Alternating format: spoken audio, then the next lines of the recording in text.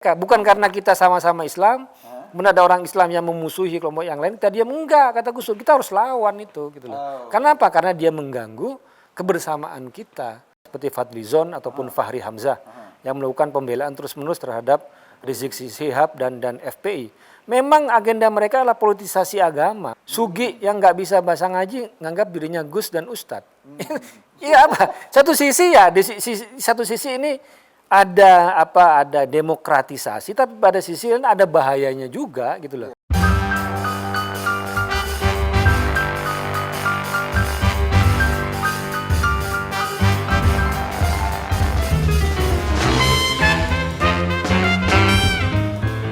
Pemirsa, selamat datang di acara Seruput Kopi. Ini diskusi yang biasanya seru. Kita tahu beberapa tahun lalu, akhir-akhir Desember ini, Indonesia kehilangan seorang putra terbaiknya.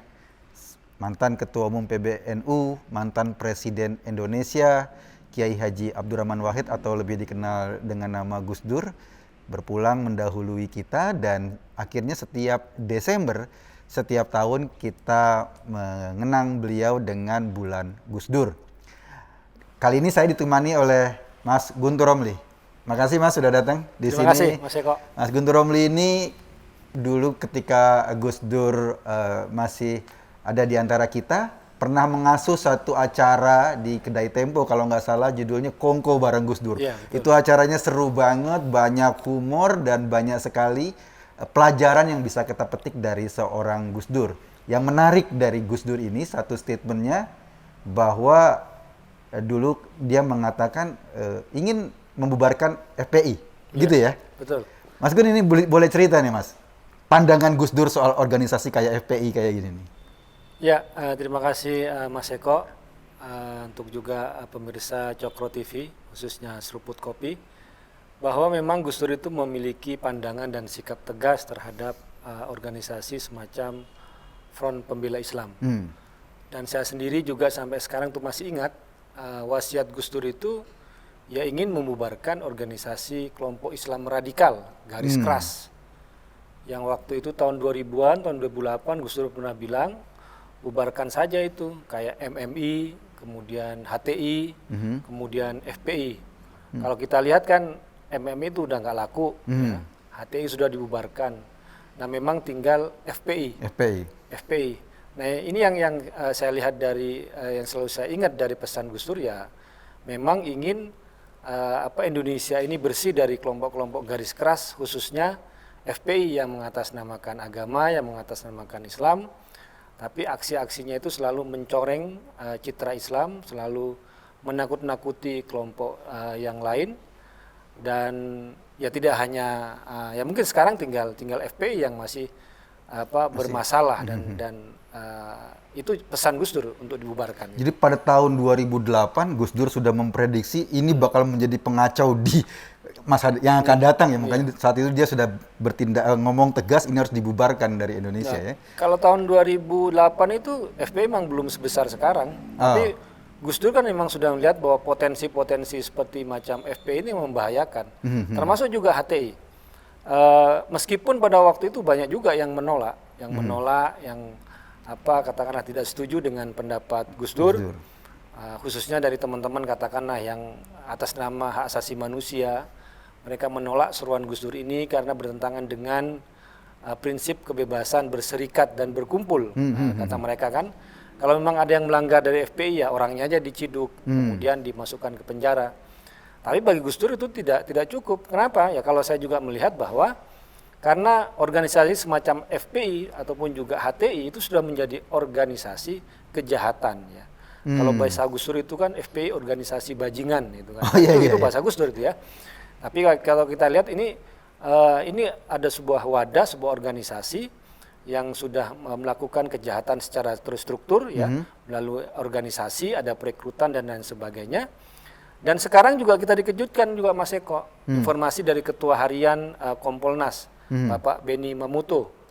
Ada 37 teroris ya, yang latar belakangnya adalah FPI. 37 teroris ya. Kalau kita baca misalnya sejarah FPI, informasi itu tidak mengejutkan. Tahun 2000-an dulu kita ngomong itu, ada yang namanya Abu Rimba, FPI Aceh yang sudah terlibat dengan terorisme, kemudian juga ada Syarif yang di Cirebon. Jadi apa yang dipandang, apa yang dilihat oleh Gus Dur sekarang sudah menjadi kenyataan. Sudah menjadi kenyataan bahwa ini organisasi memang sudah layak dibubarkan karena terlibat dengan aksi-aksi kekerasan. Ya, apalagi sekarang sudah pakai senjata api, kemudian juga terlibat dengan terorisme, maka itu sudah menjadi alasan yang sangat kuat. Nunggu apa lagi pemerintah, nunggu apa lagi negara untuk tidak mengubarkan atau melarang organisasi macam FPI itu. Iya, kalau pandangan Gus Dur nih soal organisasi kayak semacam Ikhwanul Muslimin gimana, Mas Guntur? Kalau Ikhwan Muslimin, Gus Dur kan melihat pada itu kan Gus Dur perubahan Ikhwanul Muslimin kan ketika ada clash politik di Mesir tahun 2011. Itu kan Gus Dur tidak melihat. Mungkin kejadian itu maksud saya Gus Dur sudah keburu meninggal. Ya. Ya kalau kita melihat sekarang Ikhwan Muslimin ada fatwa baru yang saya baca dari lembaga Al-Azhar Asy-Syarif dari Mesir yang sudah mengharamkan orang bergabung dengan kelompok Ikhwanul Muslimin. Kenapa? Karena ini sudah menjadi pengacau politik di Mesir itu sendiri. Bahkan di Arab Saudi kan ada beberapa imam yang dicopot karena dia tidak mau mengecam aksi-aksi yang dilakukan oleh Ikhwan Muslimin. Jadi Ikhwan Muslimin itu kan melakukan politisasi agama. Kemudian kalau kelompok FP itu kan menggunakan agama, menggunakan Islam untuk kegiatan premanisme, melakukan pelanggaran hukum, melakukan sweeping. Saya kira kalau kejadian politik apa yang terjadi dengan kelompok seperti Ikhwan Muslimin ini, maka ya pandangan Gus Dur saya kira juga agak keras, jauh beda ya. Tidak akan jauh beda. Karena kan kalau saya melihat bahwa memang kita perlu membedakan mana ormas ya Islam, ya, organisasi Islam yang benar-benar ingin melayani, berkhidmah kepada masyarakat. Kalau dalam bahasanya itu li'izzil Islam wal Muslimin, untuk memenangkan agama Islam dan orang-orang Islam. Dengan organisasi yang hanya mengacaukan atau hanya membawa Islam itu sebagai tameng, sebagai senjata, alat politik atau alat kekerasan. Ikhwan Muslimin misalnya di Mesir, Ikhwan Muslimin itu berbeda dengan Al-Azhar. Al-Azhar Asy-Syarif adalah lembaga yang sudah 1000 tahun lebih ya, yang sudah mengabdi di sana, membangun masjid, membangun sekolah, membangun tempat pendidikan, fasilitas sosial. Itu berbeda dengan kelompok Ikhwan yang hanya mempolitisasi agama. Nah persis seperti di Indonesia, kalau seperti Al-Azhar Asy-Syarif ini kan di sini ada NU, ada Muhammadiyah, ada Persis, ya, bangun pesantren, madrasah, sekolah, universitas, rumah sakit dan sebagainya. Tapi coba lihat apa yang dilakukan oleh HTI, nggak ada. Mereka nggak bangun sekolah, mereka nggak bangun pesantren, mereka tidak ada bangun untuk pelayanan sosial. Mereka hanya demo, politisasi agama untuk tujuan khilafah. Persis FPI. Coba tanya, FPI berapa masjid yang dibangun? Berapa pesantren yang dibangun? Berapa madrasah yang dibangun? Yang ada hanya mereka mengatasnamakan majelis taklim, ceramah-ceramah, tapi isinya hanya penyebaran kebencian. Nah ini harus dibedakan antara mana ormas yang benar-benar berkhidmah kepada umat Islam, tapi ormas atau kelompok yang hanya menggunakan Islam hanya sebagai kepentingan politik belaka, kepentingan mereka saja. Nah ini menurut saya Gus Dur sudah benar-benar melihat perbedaan ini, sehingga kenapa dibubarkan, ingin dibubarkan ya biar masyarakat awam itu tahu, Mas Eko. Kalau sekarang kan nggak tahu mana yang benar ormas yang benar, mana ormas yang hanya mengatasnamakan Islam untuk tujuan tidak baik. Nah seperti HTI, sebelum dilarang HTI itu kan orang nggak tahu, orang tua nggak tahu, dianggapnya orang yang anaknya gabung dengan HTI kayak gabung ke pengajian, HMI, ke PMBI, atau organisasi biasa. Ternyata kan tidak. Nah sekarang juga masyarakat awam juga perlu tahu. Perlu dilindungi. Ini ibaratnya saya sering katakan bahwa kalau pembubaran FPI itu seperti kita melihat ada anak kecil ya main-main dengan pisau, dengan silet. Ya. Kita kan harus ambil tuh. Iya, karena mencelakakan. Karena mencelakakan. Ya, seperti persis seperti FPI ini. Orang awam tuh nggak tahu.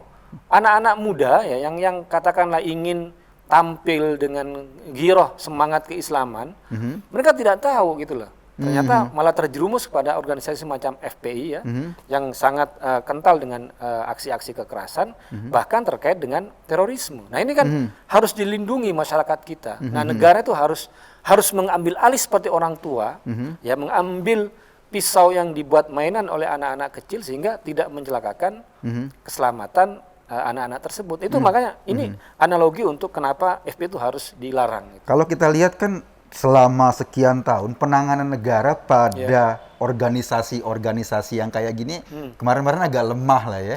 Boleh dikatakan dibiarkan mereka tumbuh besar dan sekarang sudah mulai ditangani secara serius karena pelanggaran hukumnya. Anda melihat gimana menilai penanganan yang sekarang ini sudah oke apa? Ya, saya kira memang betul bahwa FPI tampak besar itu karena sudah terlalu lama dibiarkan. Karena dibiarkan, maka masyarakat pun yang awam tidak mengerti. Jangan-jangan memang FPI ini benar. Skala tindakan tidak pernah ditindak secara tegas. Atau ya hanya ditindak secara parsial. Orangnya saja diciduk, ya kan? Tapi wadahnya dibiarkan berkembang. Ataupun juga ada konsekuensi politiknya, Mas Eko. Ya, politisi yang ingin memainkan isu agama kan punya kepentingan terhadap organisasi macam FPI. Sebut saja namanya seperti Fadlizon ataupun Fahri Hamzah yang melakukan pembelaan terus-menerus terhadap Rizik Syihab dan FPI. Memang agenda mereka adalah politisasi agama. Mereka diuntungkan dengan organisasi seperti FPI. Oleh karena itu FPI itu ada pembelaan gitu loh. Pembelaan ya dari katakanlah dari tokoh-tokoh politik, tokoh-tokoh publik yang ingin mendulang suara mereka menggunakan isu-isu agama. Nah, pemerintah saya ingin memaklumi, mungkin Pak Jokowi 5 tahun sebelum ini ya mungkin ya ada resiko besar ya ketika berhadapan dengan kelompok macam FPI. Belum apa-apa kan Pak Jokowi diserang dengan isu kriminalisasi ulama, anti-Islam, kemudian juga disebut dengan PKI ya, mungkin resiko. Nah, saya kira ini sudah waktunya. Sudah waktunya melakukan tindakan tegas seperti halnya Pak Jokowi melarang Hizbut Tahrir.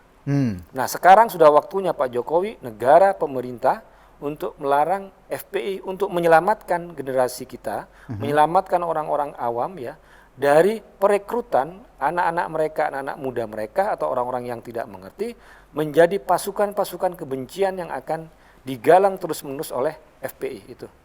Ada satu yang menarik dalam kasus sekarang ini. Ini FPI bergolak kok tiba-tiba mungkin di luar konteks pandangan Gus Dur ini.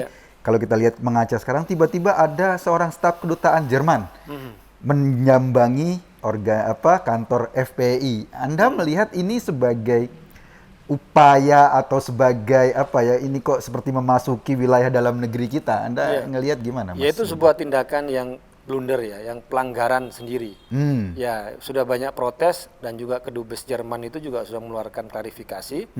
Meskipun klarifikasinya itu tidak masuk akal. Ngelesnya itu malah sejenis ngelesannya Munarman sama FPI, rendah sekali menurut saya itu. Lesannya kedutaan Jerman itu. Karena kalau memang mau bertanya keamanan ya bukan bertanya kepada FPI tapi tanyalah kepada pemerintah, kepada aparat penegak hukum, keamanan, kepada polisi. Apa sih susahnya untuk mencari informasi itu, apalagi ini adalah kedutaan besar ya, yang ada di Indonesia. Jadi nggak masuk akal kalau datang hanya bertanya soal keamanan informasi kan. Saya tidak tahu apakah ada hal-hal lain, misalnya memang stafnya itu simpatisan radikalisme. Itu bisa dicek, silakan aja dicek. Kita kan melihat bagaimana ISIS juga itu berkembang di negara-negara Eropa. Kenapa mereka berkembang? Ya karena ada simpatisan terorisme di situ. Ya kita cek, silakan cek kedutaan besarnya. Itu pegawainya simpatisan radikalisme, terorisme apa tidak? Kenapa dia datang ke markasnya FPI? Kemudian yang lain, tujuan yang lain kita lihat juga negara-negara Eropa dalam kebijakan luar negeri mereka itu memang berperan ganda. Kalau kita membaca bagaimana banyak pelarian-pelarian politik ya, kelompok-kelompok radikal ya di negaranya yang dilarang itu diterima oleh negara-negara Eropa. Ada sebut misalnya semacam Prancis, Jerman, Inggris menampung kelompok-kelompok oposisi politik yang sebenarnya mereka adalah kelompok-kelompok teroris ya. Mereka ditampung tuh, dikasih suaka politik. Akhirnya ketika ISIS berkembang, mereka baru tahu rasa. Ini akibatnya gitu loh. Karena ada terorisme ya, di sana ada terorisme ya. yang itu. Yang orang-orang anti yang di Mesir, yang di Syria, di Saudi itu kan ditampung di negara-negara Eropa. Nah, ketika ada aksi terorisme mereka menyebarkan ideologi persis seperti yang terjadi di Inggris. Menampung suaka politik kelompok-kelompok teroris yang di Mesir, mereka kasih tempat di Inggris ya. Ketika merebak terorisme, ada hate speech, mereka kebingungan harus menindak para khutbah-khutbah yang menyebarkan kebencian. Nah, saya tidak tahu apakah Jerman mau melakukan tindakan seperti itu untuk mendekati kelompok-kelompok radikal semacam FPI atau tujuannya panjang tuh. Tapi rekam jejak negara-negara Eropa tuh punya seperti itu. Eropa mau Amerika punya standar ganda dalam kebijakan politik mereka. Ini kalau kita pertanyakan, padahal kalau kita membaca kebijakan Angela Merkel yang ininya kanselernya Jerman itu kan sangat tegas terhadap terorisme, terhadap radikalisme. Nah, ini kenapa kok kedutaan besarnya di sini tuh malah berbalik dengan kebijakan pemerintah Jerman itu sendiri? Iya, seolah-olah mereka tidak suka terorisme tumbuh di negaranya, tapi malah mensupport tumbuh di negara lain. Itu dia. Itu yang harus kita pertanyakan itu. Iya. Nah, kembali dalam konteks Ikhwanul Muslimin ini agak menarik kondisi Indonesia. Saudi menyatakan Ikhwanul Muslimin sebagai organisasi teroris. Ya. Mesir menyatakan Ikhwanul Muslimin sebagai organisasi teroris. Ya. Tetapi orang-orang Ikhwanul Muslimin di Indonesia sendiri seolah-olah sangat berdekatan dengan kelompok-kelompok yang berdekatan dengan Saudi atau dengan ini agak menarik ya ke kasus ini. Ya, saya kira begini. Kalau untuk konteks keindonesiaan mungkin belum ada pengalaman benturan politik yang sangat keras ya. Antara katakanlah kalau kelompok Ikhwan di sini kan kelompok Usra itu kan jadi PKS, Partai Keadilan Sejahtera itu kan, yang sekarang itu kan.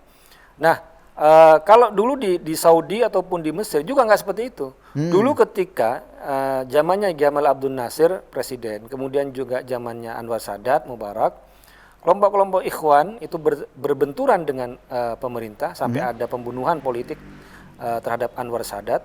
Mereka tuh justru ditampung di Arab Saudi. Justru ditampung di Arab Saudi, diberikan suaka politik. Ada tokoh-tokoh semacam Muhammad Qutub, termasuk juga Qardawi dikasih tempat di mana di Qatar itu juga. Nah, ini tapi ketika ada perubahan dinamika politik, ada benturan dengan politik, mereka semua mulai merubah sikap. Nah, kita lihat ini di Indonesia. Kalau kita lihat kan orang-orang Ikhwan yang ada di Indonesia yang sekarang menjadi di PKS, itu kan pertama mereka menolak asas tunggal Pancasila. Itu sudah jelas di ini kan. Kemudian yang kedua, mereka punya simpati yang sangat luar biasa terhadap FPI dan Rizik Syihab. Kalau kita baca komentarnya Hidayat Nur Wahid ataupun Mardani Alisera itu kan. Nah, saya kira untuk terhadap perlawanan politik menggunakan kekerasan, mungkin Ikhwan memiliki perbedaan antara yang di Mesir, Saudi dengan di Indonesia ya. Tapi kalau kita lihat pengalaman sejarah, bahwa kita harus melihat bahwa ternyata kelompok-kelompok seperti ini pada suatu saat ya, ketika mereka merasa besar ya, mereka akan berbenturan dengan negara kita. Persis kejadian seperti DITII yang zaman dulu. Nah, ini juga harus kita waspadai ya. Maksud saya tidak ingin ada ikutan untuk melarang Ikhwan Muslimin padahal pengalaman politiknya itu berbeda. Tapi yang ada di depan mata kita itu ada FPI yang sudah jelas-jelas melakukan tindakan kekerasan, menggunakan senjata api terkait dengan terorisme. Nah, ini yang harus disikapi secara tegas itu. Yang menarik kan FPI beda dengan kelompok-kelompok terorisme lain. Itu kan jaringannya transnasional ya. FPI ini kan khas Indonesia ya. Dan apakah kekuatan yang khas Indonesia ini bisa dikatakan mengkhawatirkan karena kalau kelompok teroris lain kan disupport oleh negara-negara lain gitu loh, pendanaan, senjata. Nah, ini kan khas Indonesia. Semengkhawatirkan apa? Kalau Gus Dur itu menyebut FPI itu organisasi teror lokal. Organisasi teror lokal. Itu Gus Dur menyebut seperti itu. Dan kalau kita melihat Mas Eko, salah satu perkembangan dari terorisme yang ada di Indonesia, jaringan internasional memang semakin melemah. Yang muncul malah justru adalah tokoh-tokoh lokal tanpa harus bersentuhan dengan jaringan internasional. Sentuhan secara langsung mungkin sudah sulit sekarang, tapi sentuhan secara virtual, ya, media sosial itu memungkinkan. Salah satu contoh adalah Muhammad Syarif, saya katakan tadi. Muhammad Syarif itu yang Cirebon, dia anggota yang FPI yang bom bunuh diri. Ya, bom bunuh diri Masjid Az-Zikra di Mapolresta Cirebon tahun 2011. Sebelumnya dia adalah anggota FPI. Dia melakukan tindakan-tindakan sweeping ke minimart dengan alasan mencari miras. Kemudian juga pernah menggeruduk jemaah Ahmadiyah di Manislor di Kuningan, melempari polisi dengan batu. Kemudian juga dia menjadi teroris ketika dia bergabung dengan jamaah Ansarut Tauhid, punyanya si Abu Bakar Bashir. Jadi dia awalnya kan polisi itu kebingungan, ini siapa? Dia bukan alumni Afghanistan, perang Afghanistan. Dia tidak pernah bersentuhan dengan katakanlah kelompok-kelompok teroris yang selama ini diincar oleh polisi. Ya. Ternyata dia adalah tokoh pemain lokal yang benar-benar baru muncul ya dari organisasi yang macam FPI.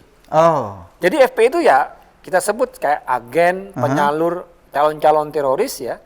Tinggal nanti ketika masuk jamaah Ansarut Tauhid ya tinggal dapat fatwa, ngebom markas polisi dan sebagainya, baru dia lakukan. Tapi untuk pengkaderan, pelatihan, kemudian juga tindakan-tindakan kekerasan itu sudah dimulai sejak dia menjadi anggota FPI. Nah, bahayanya di situ. Jadi FPI ini semacam pendahuluan untuk kemudian satu step lagi jadi teroris gitu ya? Betul. Jadi intoleransi ditambah dengan radikalisme, FPI ada kelompok radikal, sama dengan terorisme. Gitu. Jadi tinggal si Syarif itu belajar bagaimana merakit bom gitu dari ya orang mantan teroris yang DPO polisi itu kan. Kemudian dia menjadi yang mereka sebut sebagai pengantin gitu. Tapi ideologi, kemudian kebencian, kemudian juga keberanian, ya kenekatan itu sudah dipupuk sejak dia menjadi anggota FPI gitu. Nah, itu bahayanya di situ. Nah, ini bisa merekrut itu. Nah, anak-anak muda atau orang-orang katakanlah yang tidak mengerti, yang sekarang bergabung dengan FPI, ya itu tinggal nunggu waktu aja mereka itu menjadi calon-calon teroris kalau mereka bersentuhan dengan jaringan-jaringan terorisme yang ada gitu loh. Apalagi sekarang sudah mereka berani pakai senjata api, kemudian menyerang petugas polisi. Jadi ini fenomena yang semakin menakutkan dan citra FPI itu semakin mematikan ya kalau kita membaca perkembangan terakhir itu. Ya kalau kemarin dilihat yang meninggal itu kan yang 6 orang di tol itu mereka bawa senjata api. Kemarin juga dalam demonstrasinya mereka ada yang melukai polisi pakai pedang. Itu artinya ini bukan cuma sekedar wadah pelatihan tapi sudah menjadi aksi terorisme ya. Menjadi aksi. Kalau FPI dengan senjata tajam kemudian dengan kekerasan, zamannya Gus Dur sudah melihat langsung hal itu gitu ya. Dan makanya Gus Dur juga punya sikap yang tegas bahwa organisasi semacam FPI itu memang harus dibubarkan, harus dihilangkan, dilarang ya kan, harus menjadi organisasi seperti HTI, menjadi organisasi seperti PKI ya, agar masyarakat tahu bahwa ini adalah organisasi yang berbahaya, biar orang tua juga ngasih wanti-wanti ke anaknya, kamu jangan gabung FPI, kalau kamu mau khidmah, kalau kamu mau mengabdi kepada masyarakat, kepada Islam, pada umat Islam, ya masuklah jadi pemuda Muhammadiyah atau menjadi pemuda Ka'bah atau menjadi pemuda ke Ansor, jadi Banser, jangan masuk FPI. Ngapain masuk FPI, sudah dilarang. Nah, karena ini kan contoh bagaimana kita membentengi masyarakat kita ya, khususnya masyarakat awam yang kadang-kadang mereka tuh terlalu naif melihat simbol-simbol keagamaan. Bawa nama Islam, bawa pakaian yang dengan simbolik, banyak yang tertipu ya dengan aksi-aksi seperti itu. Sejauh mana sih ini kan masyarakat kita boleh dikatakan di dunia ini dalam survei paling religius ya, sehingga kemudian ketika simbol-simbol agama itu dikedepankan seolah-olah itu sudah menjadi stempel buat mereka. Semestinya masyarakat gimana ngelihat organisasi, kan gini, di lapangan tuh banyak ceramah-ceramah, entah ustadz, entah ulama apa menganjurkan ceramah. Gimana sih kita bisa memilah, ini ustadz yang benar, ini ustadz yang nggak benar, ini penting juga buat masyarakat. Ya, pertanyaan begini, menurut kita memang tidak bisa hanya menyalahkan masyarakat ya dengan kondisi seperti ini.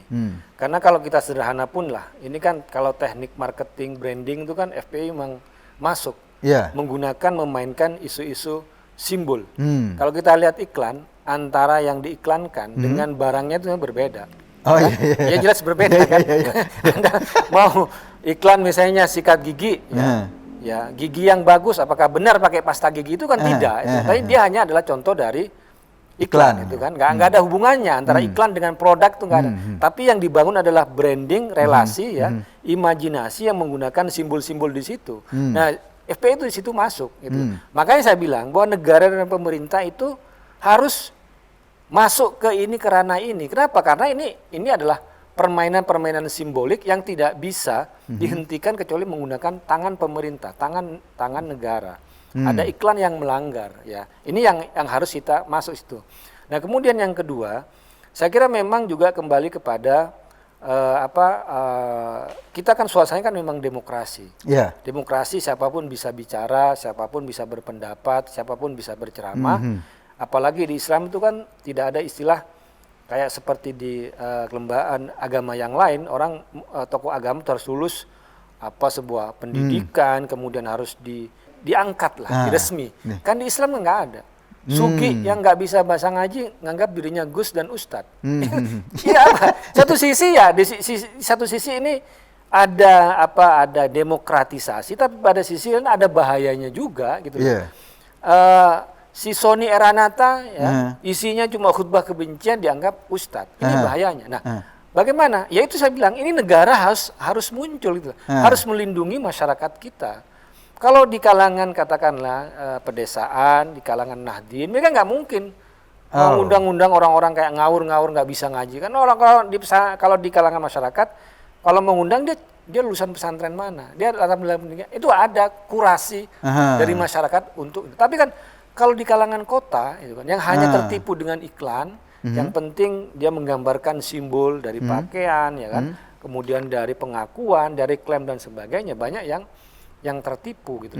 Nah itu menurut saya ini peran memang negara dan pemerintah untuk menertibkan kekacauan ya, dan kita dan nggak bisa kalau kita hanya masyarakat, nanti akan ada main hakim sendiri.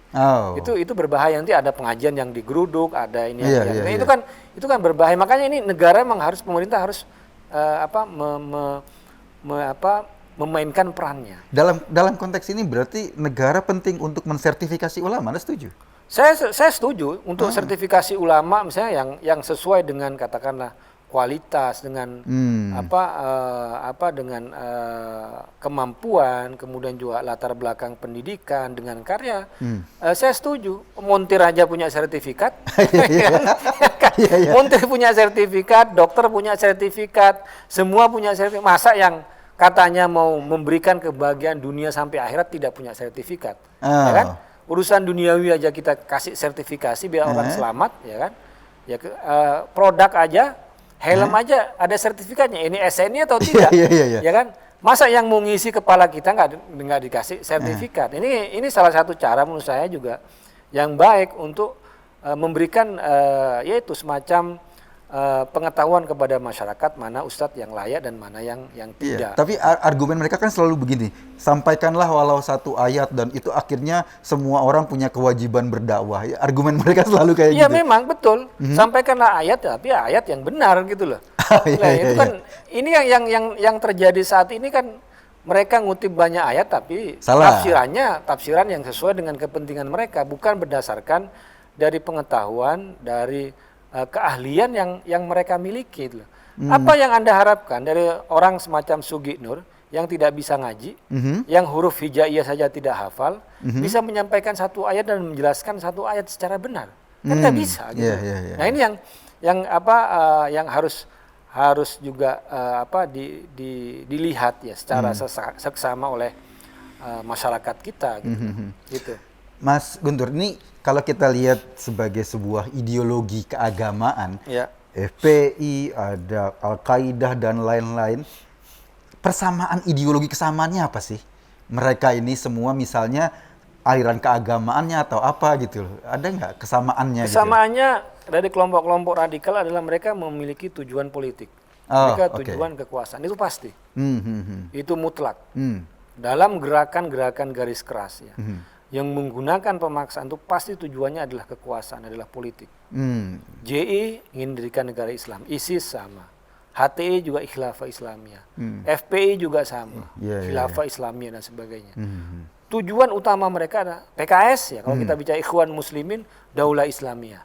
Tujuannya ke situ. DITI juga sama. Jadi mereka hanya menggunakan agama, menggunakan Islam sebagai alat kekuasaan. Itu benang merah yang bisa kita temukan di semua kelompok-kelompok itu.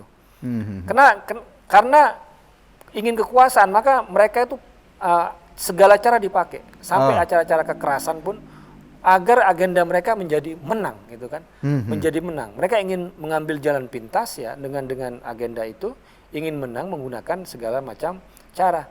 Itu kan berbeda misalnya dengan kalau itu benar-benar dakwah Islam. Mhm. Dakwah Islam itu kan tidak ditargetkan Untuk kekuasaan gitu ya? untuk kekuasaan, malah prosesnya bisa sangat panjang. Hmm. Cerita tentang Islamisasi yang ada di Indonesia ini kan cerita yang itu udah ratusan tahun ya kan, dan bagaimana prosesnya ya, bagaimana pengikutnya dan sebagainya. Apalagi kalau kita bicara dalam Al-Quran ya, nabi-nabi dimusuhi, ya karena hanya banyak penentangan. Tapi kan bukan di situ poinnya, bukan untuk meraih kekuasaan, untuk kemenangan, tapi untuk menyebarkan kebenaran itu kan. Nah kalau kelompok-kelompok ini yang berkuasa, kan mereka ingin berkuasa, ingin menegakkan sebuah negara, sebuah pemerintah, sebuah kekuasaan gitu loh.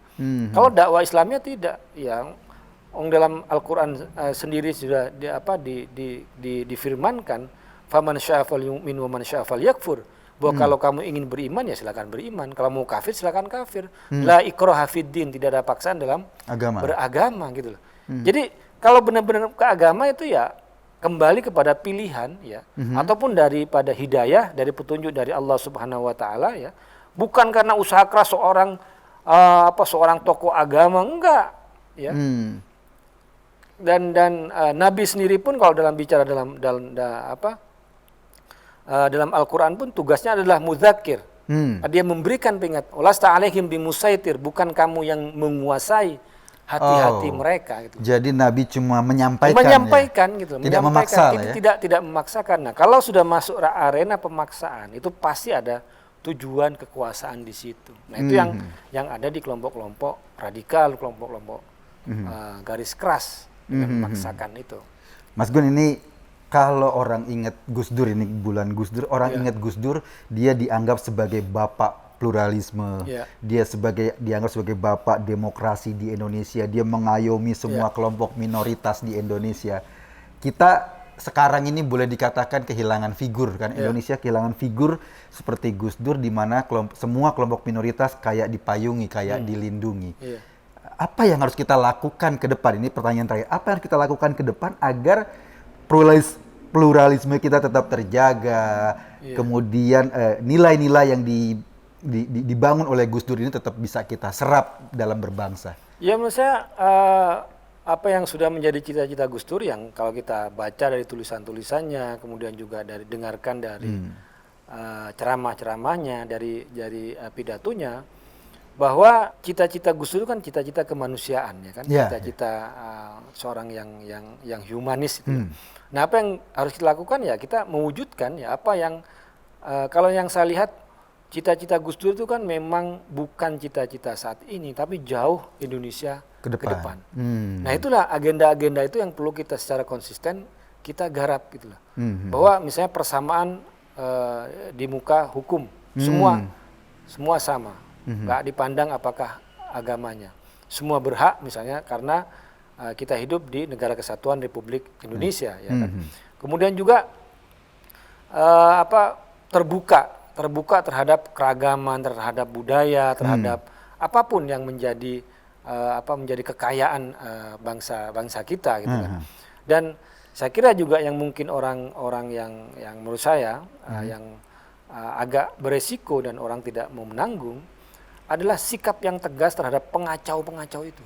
Meskipun itu berjubah agama Islam, menggunakan Islam. Nah, ini yang saya lihat ya.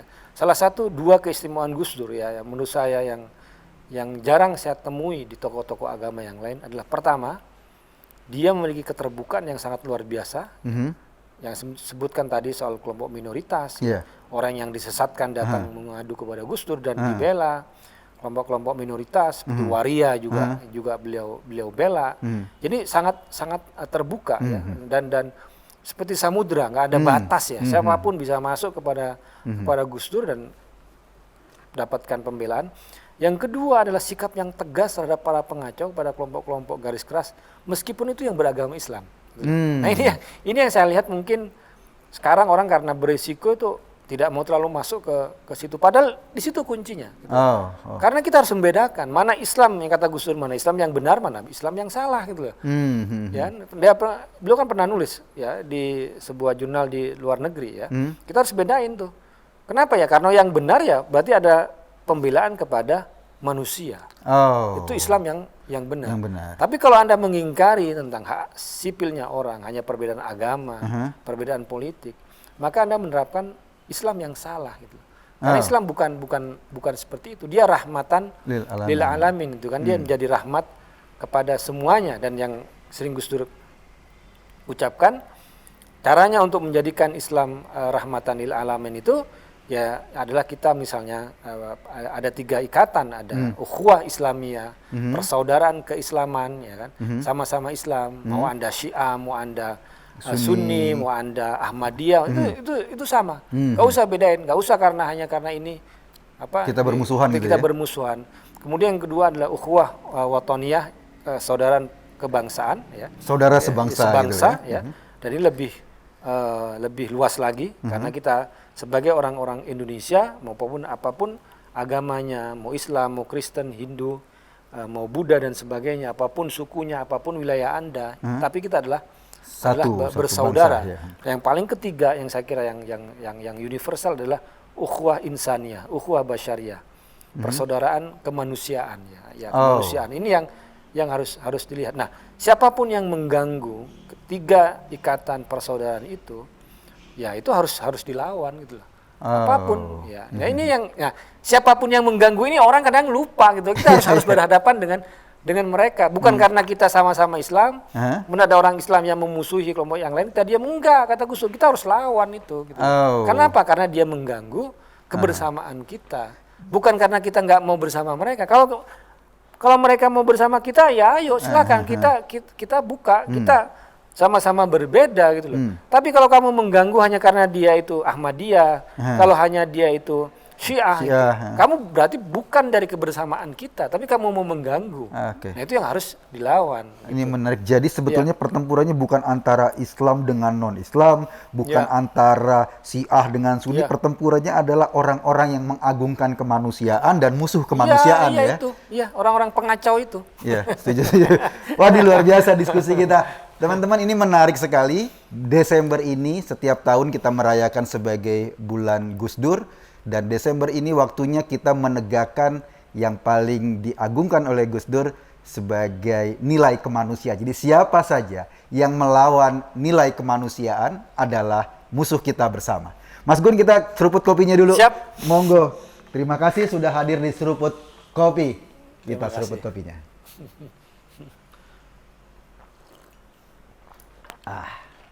Oke, saya Kong Adi.